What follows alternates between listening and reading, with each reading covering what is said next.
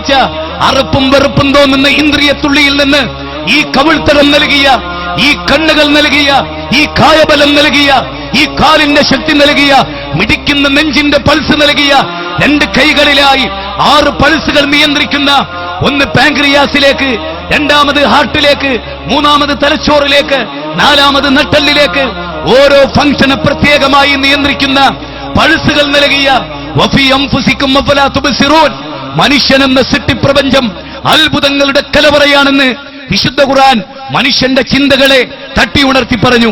പക്ഷെ വലകിന്ന അക്സറന്നാസി ലാ യഅഖിലൂൻ, വലകിന്ന അക്സറന്നാസി ലാ യഅലമൂൻ, വലകിന്ന അക്സറന്നാസി ലാ യശൂറൂൻ. മനുഷ്യരിൽ ഭൂരിപക്ഷം ആളുകൾ നന്ദി കാണിക്കുകയില്ല. മനുഷ്യരിൽ ഭൂരിപക്ഷം ആളുകൾ ചിന്തിക്കുകയില്ല.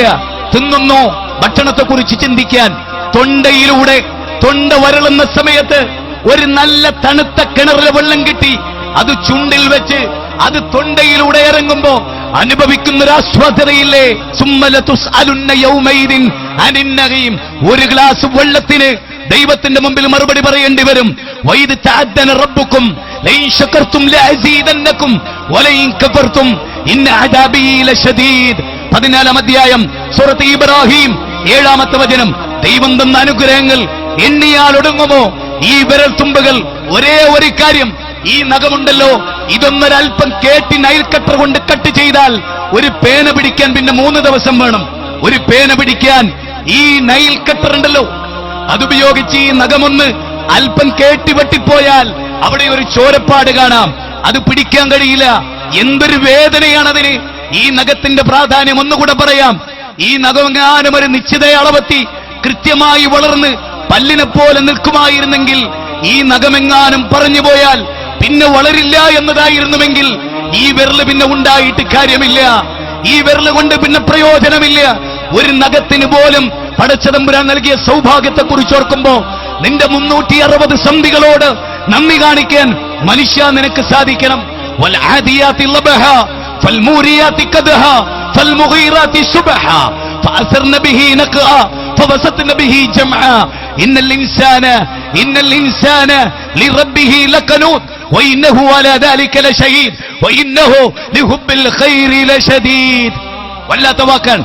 ഒരു കുതിര അതിന്റെ യജമാനനെ ചുമന്ന് പ്രഭാതത്തിൽ രണഭൂമിയിലേക്ക് കാല് കല്ലിൽ തട്ടി തീപ്പരി പാറിപ്പിച്ച് ദ്രുതഗതിയിൽ ഓടിപ്പോകുമ്പോ യജമാനൻ കൊടുത്ത പുല്ലിനോട്, യജമാനൻ കൊടുത്ത വെള്ളത്തോട് രചനാത്മകമായി പ്രതികരിക്കുകയായിരുന്നു. യൂണിവേഴ്സിറ്റിയുടെ വരാന്ത കാണാത്ത, സ്കൂളുകളുടെ വരാന്ത കാണാത്ത, തത്വശാസ്ത്രങ്ങളുടെ അരമനകൾ കയറിയിറങ്ങാത്ത, മൗലിക രാഷ്ട്രീയ മീമാംസകളുടെ അകക്കാമ്പുകളിലെ കൂടിയിട്ടിറങ്ങിയിട്ടില്ലാത്ത ഈ കുതിര എന്ന് പറയുന്ന ജന്തു യജമാനനോട് നന്ദി കാണിച്ചു. പക്ഷേ മനുഷ്യ, നീ കുടിക്കുന്ന വെള്ളത്തിന്, നീ ശ്വസിക്കുന്ന വായുവിന് നിന്റെ നാഥൻ പ്രായശ്ചിത്തം ചോദിച്ചിട്ടില്ല. പക്ഷേ ഇന്നൽ ഇൻസാന ലിറബ്ബിഹി ലകനൂത്, നീ നിന്റെ റബ്ബിനോട് നന്ദി കെട്ടവനാണ്. അവനോട് പ്രാർത്ഥിക്കാൻ, അവന്റെ മുമ്പിൽ നേർച്ച നേരാൻ, അവന്റെ മുമ്പിൽ വഴിപാടുകൾ സമർപ്പിക്കാൻ നിനക്ക് വൈമനസ്സമാണല്ലേ എന്ന ചോദ്യം വളരെ വ്യക്തമാണ്. ദുനിയാവിന്റെ ഭോഗപരതകളിൽ, പടപടപ്പുകളിൽ മനുഷ്യൻ കണ്ണഞ്ചിപ്പോവുകയാണ്. ഒരു കാര്യം നിങ്ങൾ ഓർക്കണം, അലക്സാണ്ടർ ദി ഗ്രേറ്റ് 33 വയസ്സിലാണ് മരിച്ചത്. അലക്സാണ്ടർ ചക്രവർത്തി എന്ന് പറയുമ്പോ ആളുകൾ വിചാരിക്കും 150, 160 ഒക്കെ കഴിഞ്ഞ ഒരു മഹാസംഭവം.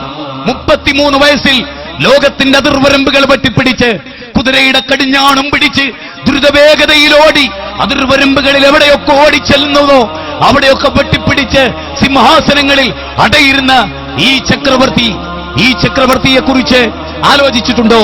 അലക്സാണ്ടർ മരിക്കുന്ന തൊട്ടു മുമ്പായി അദ്ദേഹത്തിന്റെ അനുയായികളോട് പറഞ്ഞു, ഞാൻ മരിച്ചാൽ എന്റെ ശവമഞ്ചം ചുമക്കേണ്ടത് നിങ്ങളാരുമല്ല, എന്റെ കുടുംബക്കാരല്ല, ഉത്തരവാദിത്തപ്പെട്ടവരല്ല, പിന്നെ ആരാ?